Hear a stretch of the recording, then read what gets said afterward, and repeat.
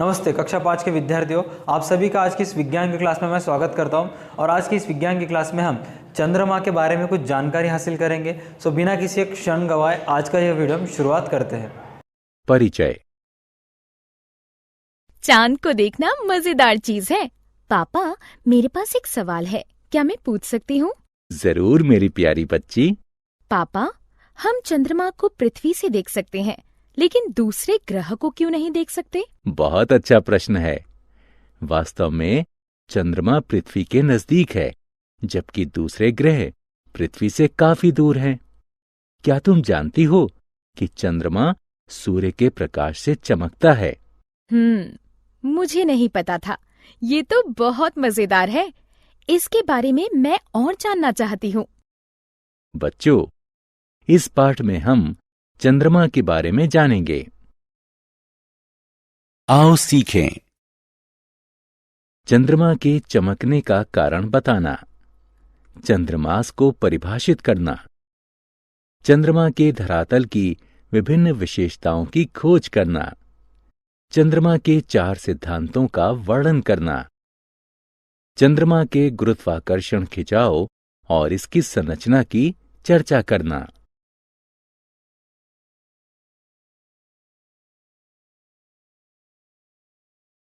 चंद्रमा का परिचय। चंद्रमा पृथ्वी का एकमात्र प्राकृतिक उपग्रह है। यह सूर्य के बाद आकाश का सबसे चमकदार पिंड है। लेकिन चंद्रमा के पास अपना कोई प्रकाश नहीं होता। जो प्रकाश आप देखते हैं वह चंद्रमा की धरातल से परावर्तित होने वाला सूर्य का प्रकाश होता है।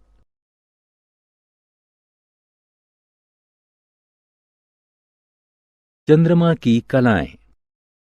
आपने ध्यान दिया होगा कि चंद्रमा सदैव पूर्ण वृत्त के आकार का नहीं दिखता।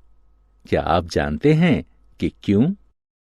क्योंकि ये विभिन्न कलाओं से गुजरता है। चंद्रमा का चमकीला भाग परिवर्तित होकर हमें जिस रूप में दिखाई देता है उसे इसकी कलाएं कहते हैं। सूर्य का प्रकाश पृथ्वी की परिक्रमा के दौरान चंद्रमा के धरातल के विभिन्न कोणों से टकराता है। चंद्रमास क्या है? चंद्रमा पृथ्वी की परिक्रमा करने से 27.3 दिन लेता है, लेकिन एक पूर्ण चंद्रमा से दूसरे चंद्रमा के बीच का समय कुल 29.5 दिन का होता है। क्योंकि पृथ्वी भी अपनी सतह पर घूमती रहती है, एक पूर्ण चंद्र से दूसरे पूर्ण चंद्र के बीच की अवधि को हम एक चंद्रमास कहते हैं।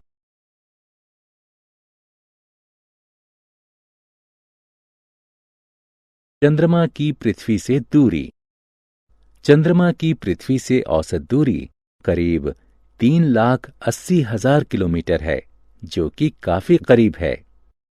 इसकी नजदीकी के कारण ही हमें पृथ्वी पर से चंद्रमा के धरातल को देखने के लिए दूरबीन की जरूरत नहीं पड़ती। क्या आप जानते हैं, हम सदैव चंद्रमा का एक ही पक्ष देखते हैं। जब चंद्रमा पृथ्वी के चारों तरफ घूमता है तो यह अपनी धुरी पर भी उसी गति से घूमता है। इसीलिए हम सदैव चंद्रमा का एक ही पक्ष देखते हैं। चंद्रमा पर द्रव्य जल नहीं है।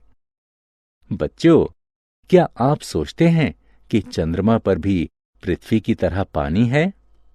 नहीं, चंद्रमा पर द्रव्य जल नहीं है, लेकिन बर्फ के रूप में कुछ जल जरूर है। हाल ही में नासा के स्पेसक्राफ्ट ने चंद्रमा के दक्षिणी ध्रुव पर करीब 100 किलोग्राम बर्फ और जलवाष्प की खोज की है।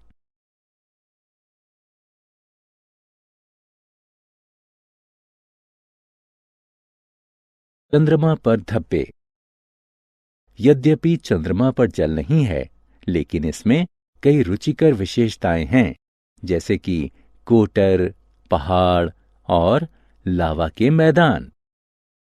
चंद्रमा की सतह पर गहरे धब्बे असल में मैदान हैं, जिन्हें समुद्र या मारिया कहते हैं। इन्हें मारिया इसलिए कहते हैं कि आरंभिक अंतरिक्ष यात्रियों ने चंद्रमा के इन स्थानों को विशालकाय समुद्र समझ लिया था। बाद के धब्बे पहाड़ हैं। और बच्चों, आप किसी साफ रात में दूरबीन के सहारे चंद्रमा पर बने उन कटोरों को देख सकते हैं जो कि प्राचीन उल्काओं से टकराने से बने थे।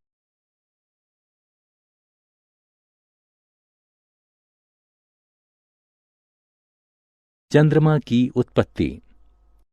चंद्रमा की उत्पत्ति को लेकर काफी बहस हुई है।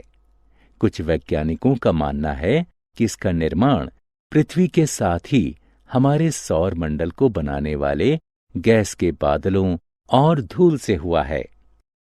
एक अन्य विचार है कि चंद्रमा एक समय पृथ्वी का भाग था जो किन्हीं कारणों से इससे अलग हो गया। कुछ कहते हैं कि संभव है कि चंद्रमा हमारे सौर मंडल में तैर रहा है जो पृथ्वी के गुरुत्वाकर्षण से बंध गया है। कुछ लोग सुझाव देते हैं कि मंगल जैसे द्रव्यमान वाला कोई पिंड टकराया होगा और उससे द्रवित शैलों का बादल बना होगा जो अंततः चंद्रमा के रूप में संघनित हुआ।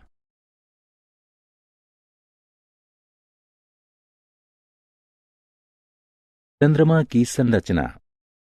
आइए चंद्रमा की आंतरिक संरचना को एक नजर से देखें। चंद्रमा मूल आग्नेय शैल का एक गोला है जिसमें लोहे और निकल से बना एक छोटा कोर यानी नाभिक है। इस पर एल्यूमिनियम और कैल्शियम से बनी एक शैल परत है।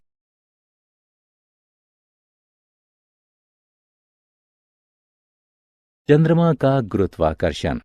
आपको सौर मंडल में बड़े चंद्रमा मिल सकते हैं, लेकिन पृथ्वी के आकार की तुलना में हमारा चंद्रमा सबसे बड़ा है। और यह इतना बड़ा है कि अपने गुरुत्वाकर्षण खिंचाव से समुद्र में ज्वार ला सके। आपको यह जानकर आश्चर्य होगा कि चंद्रमा का गुरुत्वाकर्षण बल पृथ्वी के गुरुत्वाकर्षण बल का मात्र 17% है।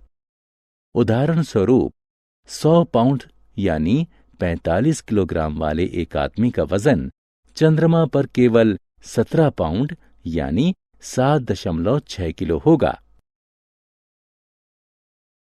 चंद्रमा पर वायुमंडल। पृथ्वी से भिन्न चंद्रमा पर वायुमंडल नहीं है, जिसके कारण चमकीले भाग में भी आकाश में सदैव अंधेरा दिखाई देता है। चंद्रमा पर ध्वनि संचार भी नहीं हो सकता, क्योंकि ध्वनि के संचरण के लिए वायु की आवश्यकता होती है और चंद्रमा पर वायु नहीं है। क्या आप जानते हैं, नील आर्मस्ट्रॉन्ग 20 जुलाई सन 1969 को चंद्रमा पर कदम रखने वाले प्रथम मनुष्य बने थे।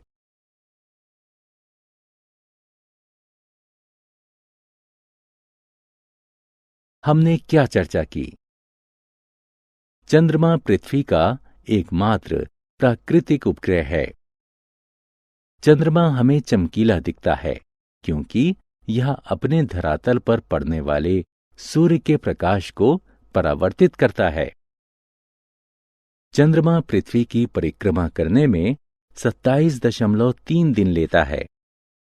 चंद्रमा पर द्रव्य जल नहीं है, लेकिन बर्फ के रूप में कुछ जल उपलब्ध है।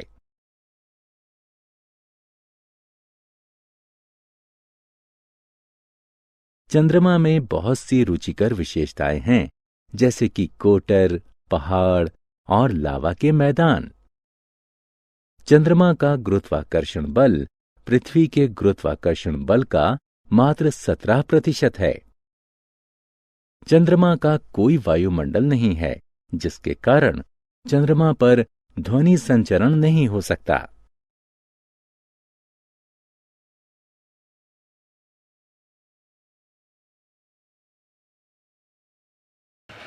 आप सभी बच्चों का तहे दिल से धन्यवाद इस वीडियो को पूरा देखने के लिए। इस वीडियो को लाइक कीजिए, इस वीडियो को शेयर कीजिए और हमारे यूट्यूब चैनल को सब्सक्राइब कीजिए।